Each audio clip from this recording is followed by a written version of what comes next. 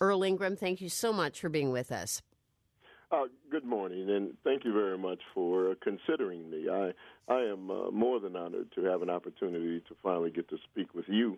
I have watched you and admired you from afar for quite a while. I have always looked at you as a person who is unapologetic for your views on what is right, what is just, and what is moral, and also for the fact that you were able to trade barbs with none other than Kevin Fisher for all those years. You must really miss that.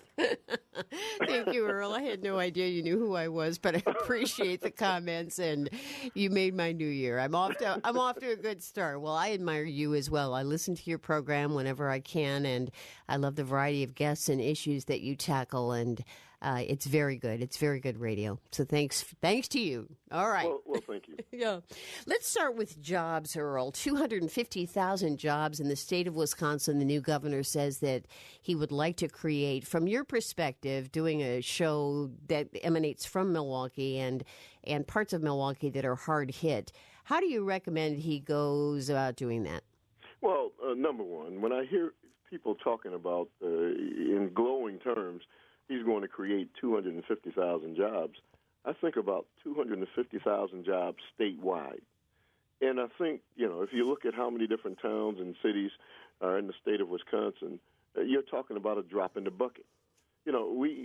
When I was a young man, obviously, all the companies and that existed here, major corporations in this city, 250,000 jobs, just about everybody I knew had a job that was certainly paying more than the livable wage, a middle-class lifestyle wage.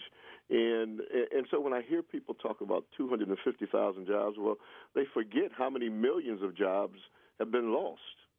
And so even if he was able to create this fictitious 250,000 jobs, many of them at a minimum wage, $7 an hour, what benefit or what good is it going to be with people who are struggling? In our particular city, Milwaukee is number 4 in poverty. Out of 30,000 cities in this country, we rank number 4. Certainly, there's nothing to celebrate on the creation of 250,000 jobs in this city. What about national? If it was solely in this city, yes. But in the state, it makes it clear that there's only going to be a handful here. Mm-hmm. Let's talk about a government response to all of this and take a national picture as well, Earl. Are you critical of the president for not really getting the government involved more during his first 2 years in job creation? Anybody who's listened to me knows I call it straight, whether it's Democrat, Republican, conservative, really does not matter. The truth of the matter is our president spent more time focusing on health care and other issues than he did addressing the economy. Now, he didn't create the conditions of the economy, but he certainly didn't realize how bad, or he didn't pay close enough attention to that, because he had a plan when he came in to get health care through. Now, I'm not saying that health care was not important, but, it's something that probably didn't have to be the number one issue, especially when you had an economy that was falling apart even prior to him coming into office.